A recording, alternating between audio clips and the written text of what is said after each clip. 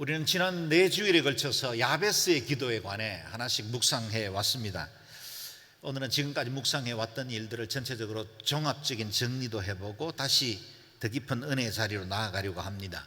야베스의 네 기도, 그 가운데 첫 번째 기도, 복에 복을 주소서, Bless me indeed. 두 번째 기도, 삶의 영역을 넓혀주소서, Enlarge my territory. 세 번째, 주의 손으로 도우소서, Let your hand be with me. 네 번째 기도, 환난을 피하게 하소서, Keep me from harm. 하나님은 이 야베스의 기도를 들으셨고 야베스의 운명을 바꿔 주셨습니다. 고통 중에 출생한 야베스를 존귀한 자로 세워주신 것입니다. 야베스도 우리도 이 땅을 살다 보면 육체 안에 있는 이상 때로 원치 않는 고통스럽고 힘든 상황을 직면할 때가 많습니다.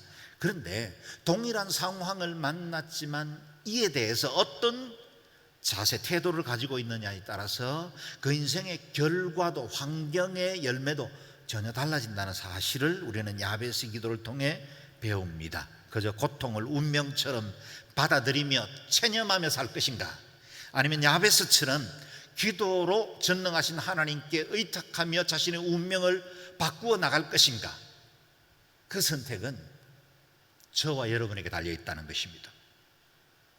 역시 이번에도 말씀을 준비하고 전하면서 제일 은혜 받은 사람은 저 자신인 것 같습니다. 저는 올해로 나이 60이 되었습니다. 뭘 그 정도 가지고, 이렇게 서너 분이 생각하시겠지만 남녀 공이 5, 60대를 거쳐오는 동안에 뭔가 마음에 갱년기를 맞이하게 되고 신체적으로나 심리적으로 적지 않는 변화를 겪는 것도 사실입니다. 몸의 건강도 예전 같지 않습니다. 새로운 꿈이나 의욕도 점차 사라지는 것 받아들여야 하기도 합니다. 한 의료 보고서에 의하면 남자들의 경우는 이 즈음이 되면 20대에 분비되던 호르몬의 10분의 1 정도로 줄어든다는 보고도 있습니다. 이전에 모르던 몸에 이상 징후도 하나둘씩 드러나지요. 이 사실을 어떻게 부인하겠습니까? 몸에 드러나는 현상인데요, 인정합니다. 그러나 이 같은 생리적인 변화를 순순히 따르고 말 것인지, 아니면 말씀대로 성령에 의지해서 내 인생을 향하신 하나님의 새로운 계획을 주목해 볼 것인지는 우리가 선택할 수 있습니다. 아시지요? 말씀, 마지막 날에 내가 나의 영으로 모든 백성에게 부어주리라. 너희 자녀들은 예언할 것이요 너희 청년들은 환상을 보고 너희 아비들은 꿈을 꾸리라. 다시 말해, 성령의 능력을 힘입으면 모든 세대, 전 세대의 사람들, 어린아이로부터 노년에 이르기까지 모든 사람들이 새로운 꿈과 비전을 소유할 수 있다라는 겁니다. 우리의 생리적인 변화가 아니라 성령의 능력에 의해서 우리의 인생은 끊임없이 새로워질 수 있다는 사실을 말해주고 있습니다. 성령 안에 있는 사람은 늘 새롭습니다. 날마다 죽습니다. 그러나 날마다 또다시 삽니다. 그리고 우리의 인생은 계속해서 성숙할 것이고 성장할 것이고 변화되어질 것이고 새로워질 겁니다. 여러분, 우리의 겉사람은 점점 더 후패해가지만 우리 속사람은 점점 더 새로워지는 게 성경적 원리입니다. 그래서 우리 교회 노사연 집사님도 노래하지 않습니까? 우리는 늙어가는 것이 아니라, 조금씩 익어간대요. 똑같은 조건, 똑같은 변화도 어떻게 겪느냐, 어떻게 이해하느냐에 따라서 다른 노년을 살 수 있다. 세상 사람들도 압니다. 그저 늙어가면서 시간을 맞이할 것인가, 내 삶의 성숙을 위해서 익어가는 시간을 만들 것인가, 이 길의 선택은 하나님께서 해주시는 게 아니라 저와 여러분이 선택하는 것입니다. 스스로 결정합니다. 그러므로 야베스의 기도 5번의 설교 들은 것으로 그치지 말고 지속적으로 여러분의 기도 생활에 적용해서 여러분 인생이 새로워지기를 바랍니다. 새로운 지경으로 나아가기를 바랍니다. 어제보다 오늘 더 나은 인생이 되기를 바랍니다. 고난의 골짜기를 통과하고 내 안에 힘들고 어려운 시간들을 지났을수록 더 온전하고 더 그리스도를 닮고 완전한 하나님의 형상으로 나아가는 저와 여러분 될 수 있기를 바랍니다. 저도 야베스의 기도를 드리면서 새 일을 기도합니다. 더 온전한 목회자, 더 온전한 하나님의 사람이 되려고 기도하고 있습니다. 왜냐하면 아직 우리에게 가장 좋은 것은 오지 않았습니다. 우리는 점점 더 나아집니다. 우리의 최종 목적지는 우리가 꿈꿀 수 있는 최고의 세계, 완벽한 천상의 세계가 저와 여러분의 종착지입니다. 그래서 우리는 점점 더 올라가는 거예요. 만약에 우리의 육체의 에너지로 보면 인생을 사인 곡선으로 그리겠죠. 어느 날 정점을 이루고 그 다음부터는 점점점 줄어들게 될 겁니다. 약해질 겁니다. 그러나 그리스도 예수의 사람들은 다릅니다. 처음 출발할 때 어느 순간에 우리가 예수 그리스도를 만남으로 우리의 인생이 완전히 변화되는 한 번의 점프가 있죠. 그리고 난 다음에 그 다음부터는 지속적으로 올라갑니다. 물론 그 그래프를 자세히 보면 조금씩 굴곡도 있을 겁니다. 한 번씩 실족도 합니다. 때로는 마음 상해서 예배하는 것 어려워할 때도 있습니다. 그러나 전반적으로 우리는 계속 성장합니다. 그리고 마지막 날 영광스러운 천성 앞에 설 그날에 우리의 모든 수고, 우리의 눈물을 그치고 우리는 완전한 세계를 맞이하게 될 것입니다. 고린도후서 4장의 선언을 잘 알 겁니다. 그러므로 우리가 낙심하지 않으니 우리의 겉사람은 낡아지나 우리의 속사람은 날로 새로워지도다. 설사 우리의 육체가 쇠하여지더라도 우리의 속사람, 영혼에 속한 영적인 사람은 점점 더 새로워집니다. 더욱 온전해질 겁니다. 그렇게 선언할 수 있는 근거가 무엇일까요? 4장의 18절에 이어서 나옵니다. 우리가 주목하는 것은 보이는 것이 아니요 보이지 않는 것이니 보이는 것은 잠깐이요 보이지 않는 것은 영원함이라. 아멘. 우리는 지금 눈에 보이지는 않지만 영원하고 완전한 세계를 향해서 걸음을 옮기는 영적 순례자들입니다. 그러므로 주님의 나라를 위해 더 큰 복을 구해도 괜찮습니다. 주님의 뜻을 이루기 위해서 더 큰 영광을 주장할 수 있습니다. 야베스의 기도가 응답한 것처럼 저와 여러분의 기도도 응답될 줄로 믿습니다. 저는 여러분 안에 이 같은 새로운 시도가 있기를 바라고 여러분의 심령이 소성되고 새로워져서 하나님 앞에 더 큰 꿈과 비전을 가질 수 있기를 바랍니다. 다시 야베스의 기도의 배경으로 들어갑니다. 9절 말씀 다시 읽어볼까요? 시작. 야베스는 다른 형제들보다 더 존경을 받았습니다. 그의 어머니가 야베스라는 이름을 붙여주면서 내가 아이를 고통 가운데 낳았다라고 말했습니다. 아멘. 야베스의 출생이 결코 평범하지가 않습니다. 야베스라는 이름은 히브리어로 고통, 괴로움 그런 뜻을 가지고 있다 그랬습니다. 어느 어머니가 자기 자식에게 아이 이름을 지어주면서 고통이라 부르기를 원하겠습니까? 출생 때 무슨 일이 있었는지 다 알 수는 없지만 아이의 어머니는 지금 거의 절망 중에 있는 것 같습니다. 정상적인 엄마라면 아무리 힘들어도 자식에게는 소망을 걸어보죠. 나는 이렇게 힘겹고 어려운 시간 살지만 너는 다른 인생 살아라. 그게 엄마의 마음이죠. 그래서 더 나은 이름을 주기도 하고 아이들에게 독려하고 격려해서 더 나은 인생 살도록 우리가 인도하기도 하지 않습니까? 그런데 이 엄마는 모든 것을 포기한 사람 같습니다.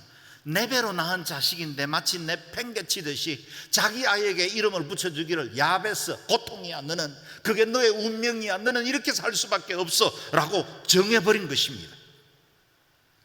출생의 비밀이 결코 박지 않습니다. 인생이 긍정적으로 출발하지 않았습니다. 그런데 성경은 야베스는 다른 형제보다 더 존경을 받았다고 그의 인생을 평가하고 있습니다.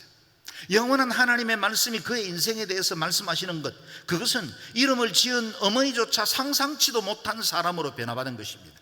개역 개정 성경에는 야베스는 그 형제보다 귀중한 자라 그랬습니다. 야베스는 다른 많은 사람들에게 존경받고 귀중히 여김을 받는 인생이 되었다는 겁니다.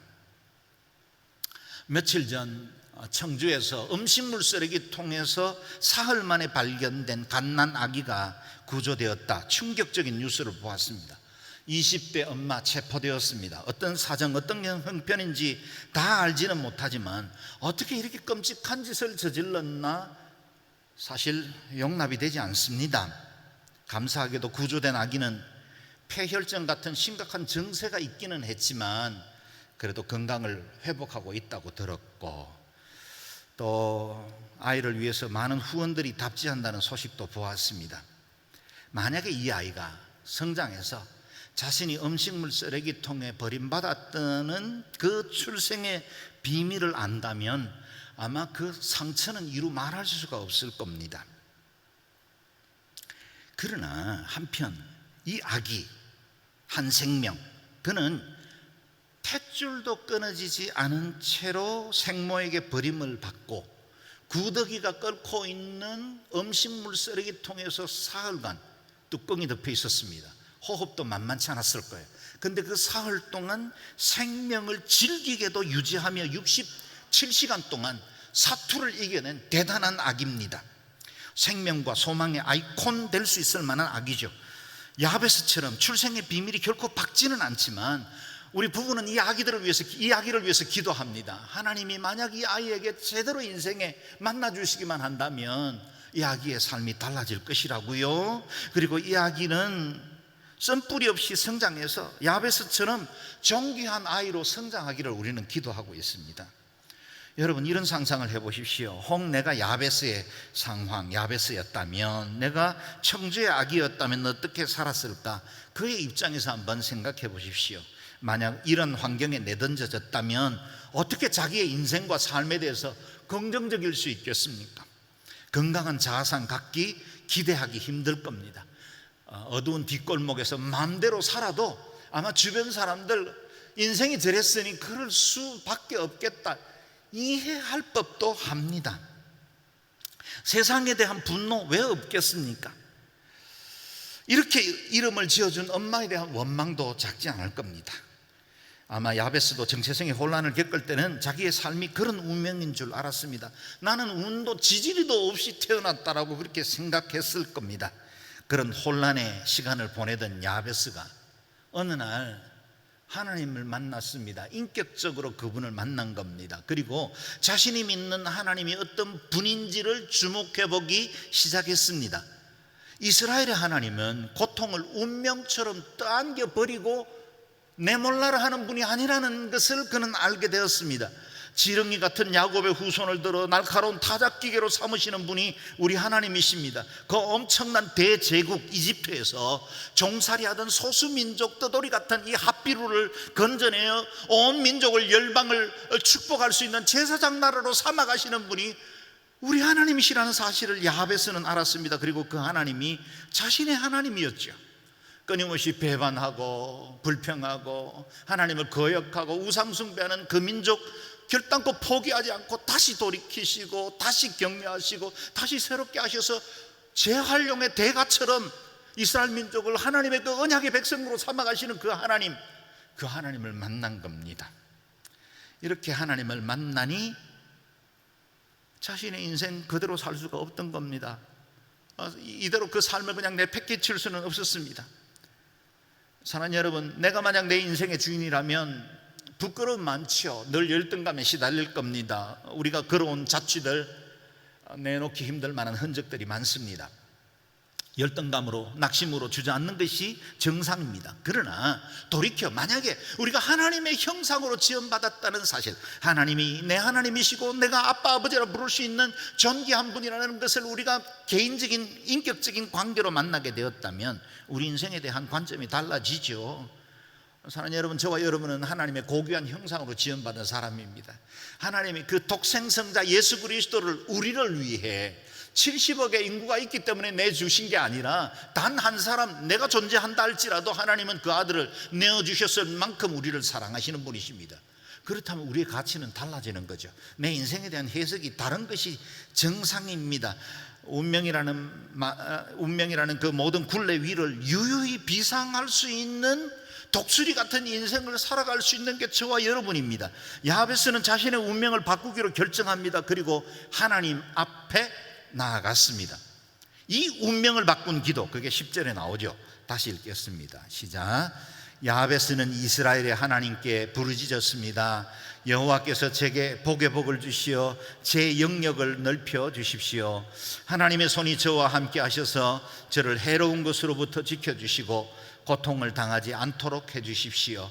그러자 하나님께서 야베스가 구하는 것을 허락하셨습니다. 아멘. 야베스의 그 인생이, 운명이 변화된 것은 그 비밀이 첫 줄에 담겨 있습니다. 야베스는 이스라엘의 하나님께 부르짖었습니다.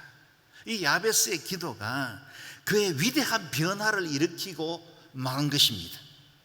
그는 암울한 현실에서 자신을 맡기기보다는 전능하신 하나님께 부르짖기로 결정합니다. 불평하고 원망이 목구멍까지 튀어나오는 상황에 이것을 그 입술에 맡기지 않고 파수꾼을 세워 오히려 하나님을 찬양하는 입술로 하나님을 기대하고 기도하는 단어로 바꾸기로 결정한 것입니다. 정말 짧은 기도죠. 그러나 이 기도는 운명을 바꿀 만한 절박한 마음이 엉축된 기도였다라는 겁니다. 동시에 이 기도는 하나님이 응답하셨고 야베스의 운명을 변화시킨 기도가 되었습니다. 그의 기도는 예배하는 저와 여러분에게도 새로운 도전을 던집니다. 우리의 인생에도 새로운 문을 열어주시는 겁니다. 야베스의 하나님은 오늘 우리의 하나님이고, 야베스의 기도를 들으시는 하나님이 저와 여러분의 기도도 들으시기 때문입니다. 너는 내게 부르짖어라, 내가 응답하겠고 크고 놀라운 일을 내게 보이리라. 야베스는 이 원리를 잘 알았습니다. 기도는 운명을 바꿉니다. 기도는 기적을 부릅니다. 기도는 야베스의 삶을 바꿀 수 있다는 사실을 그는 받아들였던 겁니다. 고통과 저주를 복으로 바꾸시는 기도의 사람 야베스처럼 저와 여러분도 기도의 사람들이 될 수 있기를 바랍니다. 만약 여러분의 삶에 어떤 일로 고난을 받고 있거나 삶이 고통스럽다고 여겨지거든 다음 4가지 사실을 꼭 기억하십시오. 첫 번째, 고난은 언제든지 누구에게나 올 수 있다는 사실을 받아들여야 합니다. 어떻게 내게 이런 일이, 하나님 어떻게 제게 이런 일이 일어났습니까? 예, 죄송하지만 그럴 수 있습니다. 그런 일 일어납니다. 야베스뿐만 아니라 이 세상을 살아가는 모든 사람들에게는 뜻하지 않는 환난을 만나기도 하고 고난을 겪기도 합니다. 아담이 범죄하고 낙원을 잃어버린 이후 인류에게 고난은 자연스럽고 당연한 일이 되었습니다. 오죽했으면 불가는 인생을 고해라, 고난의 바다라 그렇게 불렀겠습니까? 철학적 통찰에서는 옳은 말이죠. 사는 여러분, 내게도 고난이 올 수 있습니다. 그 사실을 인정해야만 고난을 극복할 단서가 열립니다. 두 번째는요, 고난은 결코 영원하지 않다는 사실입니다. 고난이 찾아올 수는 있지만 그 고난은 결코 우리 인생에 영원하지 않습니다. 우리의 종착지는 사망의 엄침한 골짜기가 아닙니다. 우리를 광야에 두시려고 하나님이 홍해를 갈라내지 않으셨습니다. 우리에게 약속의 땅은 따로 있습니다. 나머지 과정 중에 겪는 것들일 뿐입니다. 거쳐갈 뿐입니다. 우리는 이 모든 것을 통해서 더더욱 그리스도를 닮아가고 하나님 앞에 온전한 예배자로 설 뿐입니다. 그렇다면 우리가 어떻게 고난의 시간을 이겨낼 수 있을까요? 비결이 바로 기도인 겁니다. 사방이 막혀 있어도 기도의 문은 언제나 활짝 열려 있습니다. 하나님은 우리가 겸비한 마음으로 기도하기를 기다리십니다. 우리를 위해 복도 준비해 놓으시고 응답할 내용도 준비한 채로 우리의 마음에서, 우리의 입술에서 기도의 언어로 주 앞에 나오기를 기다리십니다. 광야에 내린 만나와 메추라기를 보십시오. 주님이 그때 새로 만드신 게 아닙니다. 이미 하늘 창고에 예비되어 있던 겁니다. 기도할 때까지 기다리고 있던 겁니다. 그리고 이 사건을 통해서 주님의 주권을 우리에게 가르치신 겁니다. 성전 미문의 안전뱅이를 보십시오. 매일 아침 성전에 누군가 데려와서 구걸하게 만듭니다. 베드로와 요한뿐만 아니라 다른 예수님의 제자들도 매일같이 성전에 올라서 정기적인 시간에 기도하고 있었습니다. 수많은 사람들이 스쳐 지나갔고 하나님을 믿는다고 말하는 사람들이 그 앞에 지나갔지만 그에게는 오로지 그에게 던져주는 동전 한 입, 그걸 기다리고 말았습니다. 그런데 어느 날 기도를 통해 기적이 일어납니다. 뛰기도 하고 걷기도 하며 성전 안을 쫓아다니며 하나님을 찬양하게 된 것입니다. 여러분, 우리 소경 바디메오를 보십시오. 그는 여리고 성에 예수님께서 그 앞을 지나갔지만 그 앞에 아무 일도 일어나지 않았습니다. 그런데 듣는 이야기가 주님이 지나가셨다라는 소리를 듣고 그는 벌떡 일어나서 소리치기 시작합니다. 다윗의 자손 예수여, 우리를 불쌍히 여기소서. 그게 기적을 부른 겁니다. 주님이 내 앞을 지나간다고 해서 기적이 일어나지 않습니다. 여러분, 우리가 예배하는 이 공간에 성령님이 함께 하시지만 예배 자리에 앉아 있다고 해서 기적이 일어나는 게 아니에요. 하나님 앞에 제대로 기도하고 하나님 앞에 그 은혜를 구하는 자를 통해 하나님은 그 역사를 이루시고야 맙니다. 고난을 만났거든 야베스처럼 부르짖어 기도할 수 있기를 바랍니다. 세 번째, 고난은 우리를 하나님께로 안내하는 안내자다라는 겁니다. 고난은 우리를 주님께로 안내하는 충성스러운 가이드입니다. 고난이나 환난의 때 주님을 더 견고하게 우리가 붙들지 않습니까? 저는 우리 성도들의 신앙생활을 봅니다. 다 기도하고 다 예배하는 분들이죠. 그러나 고난의 어려운 일들 만났을 때 어떤 절박한 시한을 두고 기도해야 될 때 그 기도의 농도는 다르더라고요. 옆에서 지켜봐도 그 예배하는 마음의 태도가 달라집니다. 왜요? 그때는 하나님이 절박하거든요. 하나님은 그 시간을 통해서 더 온전하게 하나님을 의지하고 주님의 사랑을 구하게 만들어 가십니다. 그리고 놀랍게도 시간의 때에 하나님의 방법으로 놀라운 기적들을 일으키는 걸 함께 보고 찬양하게 됩니다. 고난은 언제나 우리를 주님께로 더 가까이 이끌어 갑니다. 광야에 있어야 비로소 들리는 소리들이 있습니다. 광야라는 말 히브리어는 미드바르입니다. 말씀이라는 따바르에서 미드바르라는 단어가 나온 건 우연치 않습니다. 내 인생의 광야에 거할 때 진정으로 들리는 소리가 따로 있습니다. 사랑하는 여러분, 우리가 골방에 있을 때, 우리가 모든 것들이 상황이 다 막혀 있을 때 비로소 보이는 것들이 있습니다. 눈을 버젓이 뜨고 있을 때는 아무것도 보이지 않다. 비로소 주님 앞에 눈을 지끈 감고 하나님 은혜가 아니고는 도무지 살 수 없다고 말하는 그때에 비로소 열리는 세계는 따로 있다는 거예요. 욥은 그 끔찍한 시련을 통과한 후에 다른 차원의 영적 세계를 보았다고 고백하고 있죠. 전에는 내가 귀로만 들었더니 이제는 눈으로 주님을 배웠습니다. 야베스가 그랬던 것처럼 여러분이 당한 상황이 어떠하든지 간에 이 기회가 하나님께로 더 가까이 나아갈 수 있는 축복된 시간이 되시기를 주의 이름으로 축원합니다. 아멘. 네 번째로, 고난은 언제나 간증과 찬송의 재료가 됩니다. 우리의 모든 고난과 두려움은 장차 변하여 찬송의 가사가 될 것입니다. 간증의 내용이 될 것입니다. 죄 대신 화관을, 슬픔 대신 희락을, 근심 대신 찬송의 옷을 입히시는 분이 하나님이십니다. 보십시오. 야베스의 이름은 바뀌지 않았습니다. 그런데 야베스 앞에 수식어가 붙었습니다. 존귀한 자 야베스라. 그의 모든 환경, 그의 모든 상황이 오히려 그를 존귀한 자로 이끌어 가신 겁니다. 주님의 손이 고난이란 도구를 사용해서 야베스를 새롭게 빚어 주셨습니다. 마치 용광로에서 불순물이 제거되는 것처럼 불같은 시련이 야베스를 믿음의 거장으로 성장시킨 것입니다. 사랑하는 여러분, 우리의 삶에 일어나는 모든 일들은 하나도 우연이 없습니다. 우리 예수님 말씀하시잖아요. 참새 한 마리도 덜에 피는 꽃도 우연이 없습니다. 아버지 그 섭리와 통제 아래 있습니다. 그렇다면 하물며 너희가 뭐냐, 우리가 만나는 모든 상황들 우연치 않습니다. 그곳에는 다 놀라운 하나님의 계획과 섭리가 있습니다. 내 눈에 보기에 어렵고 힘든 것이지, 내가 이해되지 않는 것이지, 모든 것을 아시는 하나님, 그 하나님 우리에게 선한 계획을 가지고 계십니다. 그 모든 것들이 간증과 찬송의 제목이 될 때까지 믿음으로 인내하며 승리할 수 있기를 바랍니다. 야베스는 고통이라는 깊은 밤에 태어났지만 그의 삶을 단순히 운명에다가 맡기지 않기로 결정했습니다. 고난을 향해 몸을 획 돌이켰고 정면으로 마주섰습니다. 운명이라는 말로 얽매이고 있는 모든 사슬을 끊어버리기로 결정했습니다. 그리고 삶의 주인 되신 이스라엘의 하나님께 기도하기로 결정한 거죠. 그 유명한 기도가 우리가 묵상해온 말씀입니다. 같이 읽어봅니다. 시작. 여호와께서 제게 복의 복을 주시어 제 영역을 넓혀주십시오. 하나님의 손이 저와 함께 하셔서 저를 해로운 것으로부터 지켜주시고 고난을 당하지 않도록 해 주십시오. 아멘. 성경이 증가하지 않습니까? 하나님께서 야베스의 기도를 들으셨다 하십니다. 야베스의 운명을 바꾼 네 가지 기도, 지금까지 묵상해 왔지만 짧게 되돌아봅니다. 첫 번째 기도, 복의 복을 주소서. 야베스는 만복의 근원 되시는 하나님께 복 받기를 원했습니다.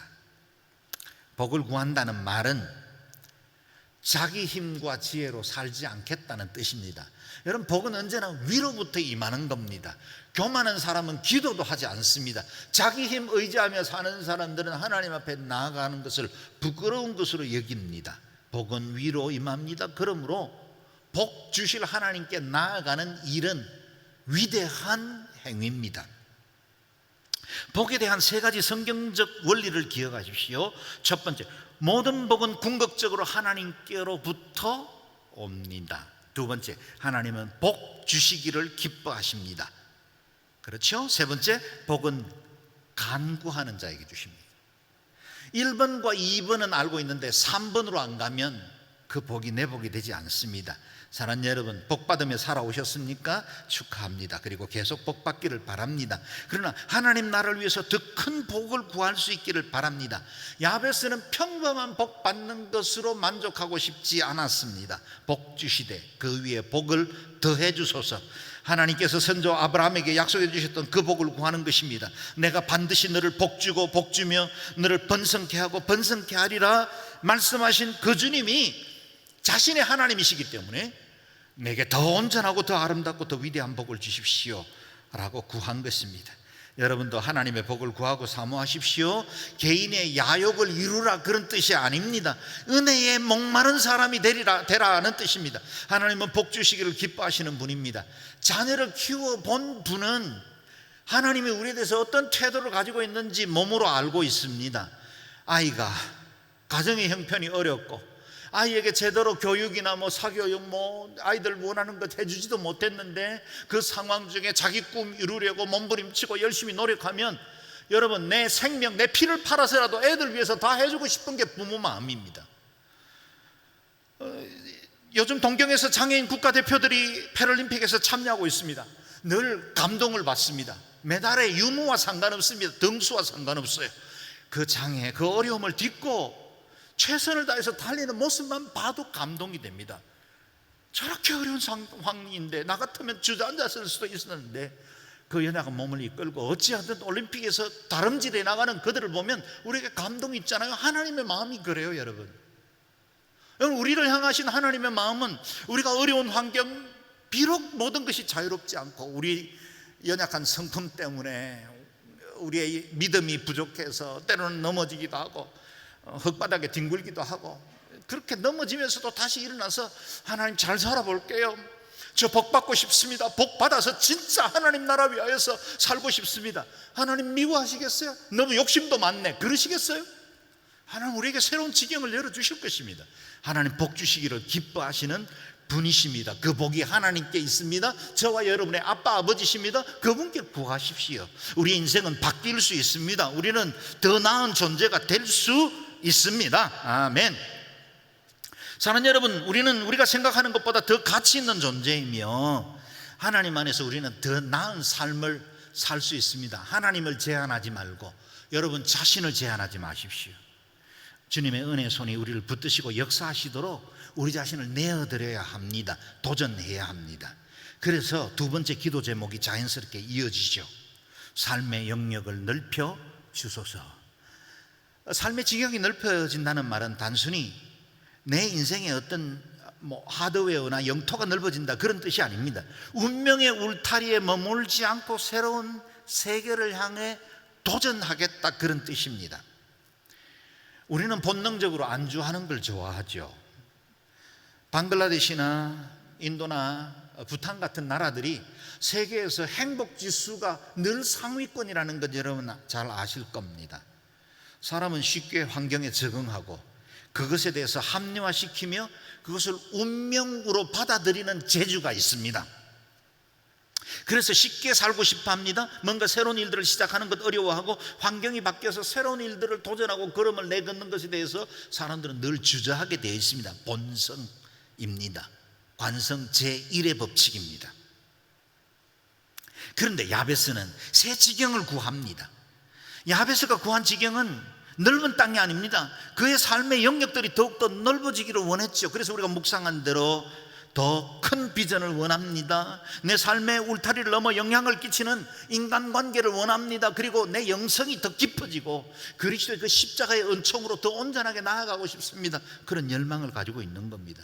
이런 지경의 확장을 우리가 기도할 때 이 지경의 확장을 가로막는 장애물을 만나는데, 그 장애물이 뜻밖에도 바깥에 있는 그 누군가가 아니라, 환경이 아니라, 어떤 사람이 아니라 내 안에 있을 때가 많다는 거예요.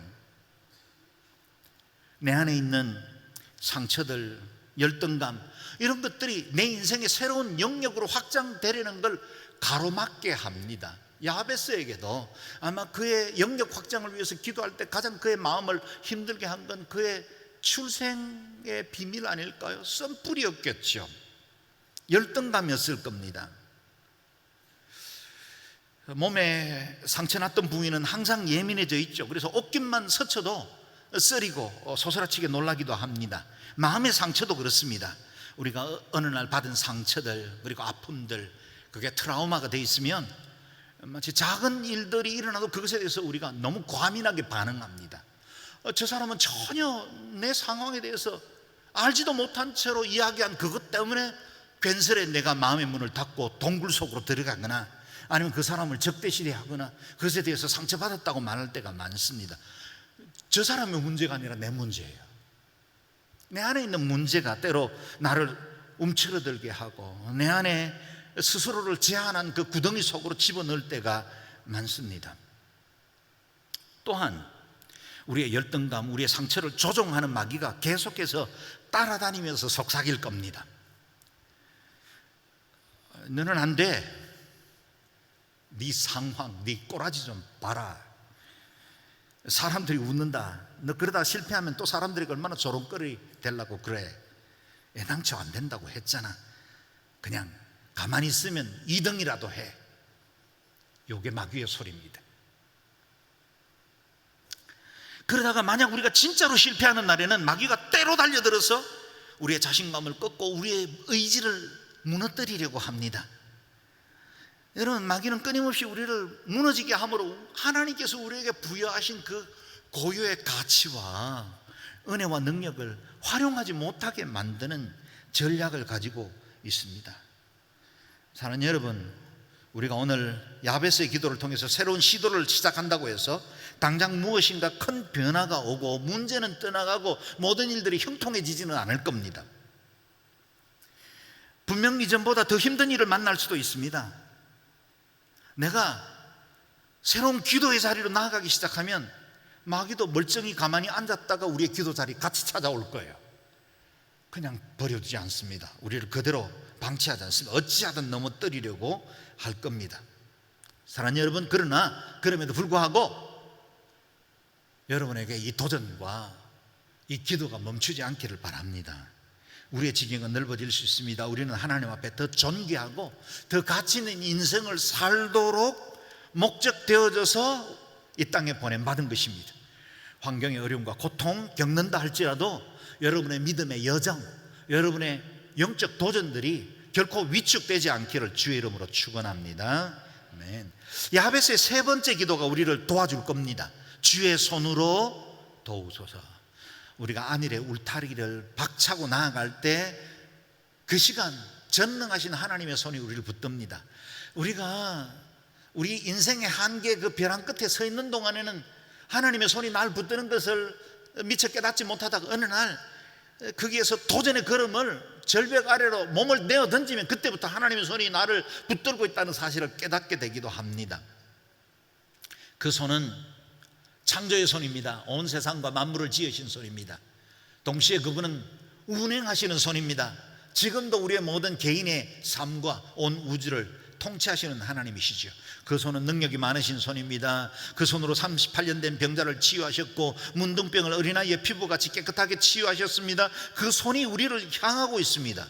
그 손이 우리의 반석이 되시고 산성이 되시고 의지할 바위가 되십니다. 그 손이 우리를 지켜주실 겁니다. 그 손이 넘어진 우리를 이렇게 세울 겁니다. 상하고 고통스러울 때 어루만져 주시고 치유하시고 새롭게 해주실 겁니다. 그 손 의탁하고 그 손을 붙들고 나아갈 수 있기를 바랍니다. 우리의 발을 전국에 사슴과 같이 높은 곳에 세우시고 꺾여진 무릎 다시 일으켜 세우셔서 영화와 존귀로 관씌우시는 전능하신 손이 저와 여러분 일평생 함께 하실 줄로 믿습니다. 동시에 우리가 주님의 손이 되어 또 다른 사람들을 치유하고 어루만져 주시고 보담아 주고 또 그들을 그리스도께로 인도하는 쓰임받는 손들이 되기를 바랍니다. 마지막 네 번째 기도는 보호의 기도입니다. 환난을 피하게 하소서, 근심이 없게 하소서. 어찌 보면 안위를 위하는 기도같이 보입니다. 그러나 그 내용적으로 보면 Keep me from evil, 우리를 악으로부터 건져주십시오. 정결하고 거룩한 백성으로 살기를 원합니다. 야베스는 악과 단절하는 것이 환난 없는 삶이라는 사실을 잘 알았습니다. 사는 여러분, 우리가 환난을 만날 때, 여러 가지 고난을 겪을 때 그 모든 배후에 악들이 있지요. 그 길을 조정하는 악한 자가 있고 또 우리의 죄의 뿌리들이 남아있어서 상처나 아픔들이 우리를 환난으로 이끌 때가 많습니다. 그래서 악으로부터 나를 지켜 주십시오. 그래서 이렇게 기도하는 겁니다. 저를 해로운 것으로부터 지켜주시고 고통을 당하지 않도록 해주십시오. 예수님께서 우리에게 가르쳐 주신 주기도에 담겨있는 내용과 같습니다. 우리를 시험에 들게 하지 마시옵고 다만 악에서 구하시옵소서. 그래서 아침 기도는 예방 기도입니다. 하루를 시작할 때 시험에 들지 않는 인생을 위해서 기도하고, 저녁 기도는 치유의 기도, 회복의 기도입니다. 혹 우리가 넘어졌고 쓰러졌거든 우리를 악에서 건져 주시옵소서. 이 두 기도는 우리 영혼을 보존하는 이중의 안전장치입니다. 이 이중의 안전장치를 잘 활용할 때 내 안에 영적 항체가 형성됩니다. 파이자나 아스트라제네카 중요합니다. 여러분 할 수만 있으면 백신 맞으십시오. 그러나 그보다 더욱더 중요한 것은 말씀의 백신을 맞으셔야 합니다. 영성의 백신이 있어야 합니다. 내 안에 있는 영적 항체가 있어야 이 세상을 이겨나갈 수 있고 이 땅에 모아는 유혹과 시험들을 능히 승리할 수 있습니다. 혹 약해지고 혹 넘어지거든 성령의 부스터 샷으로 다시 한번 우리를 재무장하고 영적으로 새로워지고 강건해져서 이 세대를 승리하는 하나님의 사람들 되시기를 주의 이름으로 축원합니다. 아멘. 괜찮으시면 여러분 자리에서 한번 일어나서 마지막으로 이 기도를 드리면 좋겠습니다. 야베스의 기도입니다. 여러분 가슴에 오른손을 얹으십시오. 그리고 이 기도를 2번 고백할 텐데 여러분의 마음의 간절함을 담아서 함께 기도하겠습니다. 시작. 여호와께서 제게 복에 복을 주시어 제 영역을 넓혀 주십시오. 하나님의 손이 저와 함께 하셔서 저를 해로운 것으로부터 지켜주시고 고통을 당하지 않도록 해주십시오. 아멘. 한 번 더요. 여호와께서 제게 복에 복을 주시어 제 영역을 넓혀 주십시오. 하나님의 손이 저와 함께 하셔서 저를 해로운 것으로부터 지켜주시고 고통을 당하지 않도록 해주십시오. 아멘. 손을 얹은 채로 여러분 조용히 눈을 감으십시오. 제가 이 기도를 한 번 더 읽을 때, 고백할 때 여러분의 마음속에 잘 새기면서 여러분의 기도의 언어로 변화시키길 바랍니다. 여호와께서 제게 복에 복을 주시어 제 영역을 넓혀 주십시오. 하나님의 손이 저와 함께 하셔서 저를 해로운 것으로부터 지켜주시고 고통을 당하지 않도록 해주십시오. 여러분 가슴에 손을 얹은 채로 조용히 여러분 마음속에 있는 소망을 가지고 여러분의 환경을 주께 의탁하며 야베스의 기도로 내 인생, 내 운명을 새롭게 해주십시오. 기도하며 나아가겠습니다.